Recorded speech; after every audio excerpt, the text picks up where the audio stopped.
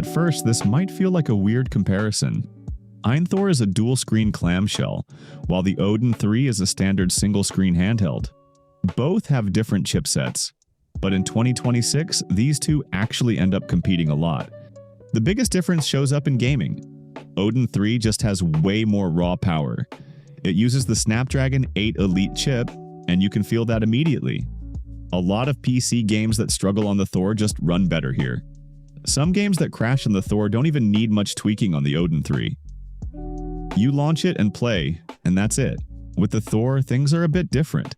It can still handle a lot, especially lighter PC games and indie titles, but on heavier stuff, you have to start lowering resolution, play around with settings, or just accept 30 frames per second.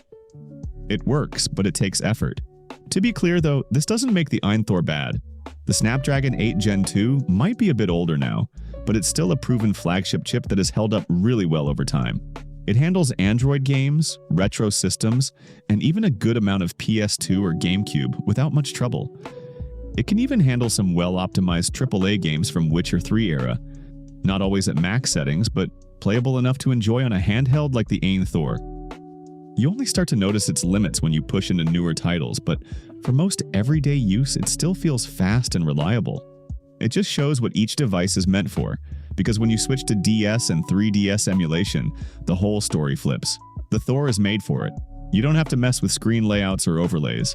Everything just fits naturally across the two displays, and that alone changes the experience completely. And then when you start using a front end that actually takes advantage of both screens on it, that's when it really clicks. The whole setup feels more natural. Those two displays on the AYN Thor let you do things that a single-screen handheld can only dream of. It's not just for show. Once you get used to it, going back feels limiting. You can keep your game on the top screen while using the bottom screen for menus, controls, or even quick settings without interrupting anything. So it really comes down to what you care about more. Odin 3 feels closer to a portable gaming PC. It can push PC games and heavier titles without much effort. It's the kind of device where you pay more but spend less time tweaking and more time playing. But if your focus is DS, 3DS, or just having that dual screen setup for multitasking, the Thor still feels unique. There really isn't anything else doing the same thing in this price range. Earlier, Thor had an advantage because its chip had better driver support. But now, newer drivers are starting to show up for the Odin 3's chip, and performance is already improving. So drivers aren't that much of an issue for Odin 3 anymore. Battery and thermals also tell a similar story. Odin 3 handles heavier games without getting pushed too hard, while the Thor can run a bit hotter when you try the same kind of workloads. It's not a deal breaker, but it's something you notice over longer sessions. At the end of the day, I don't really see this as a direct winner and loser. The Odin 3 is clearly the better pick if you want power and a more straightforward gaming experience.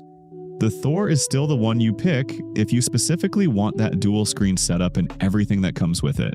So yeah, this isn't really about which one is better overall. It's about which one fits the way you actually play.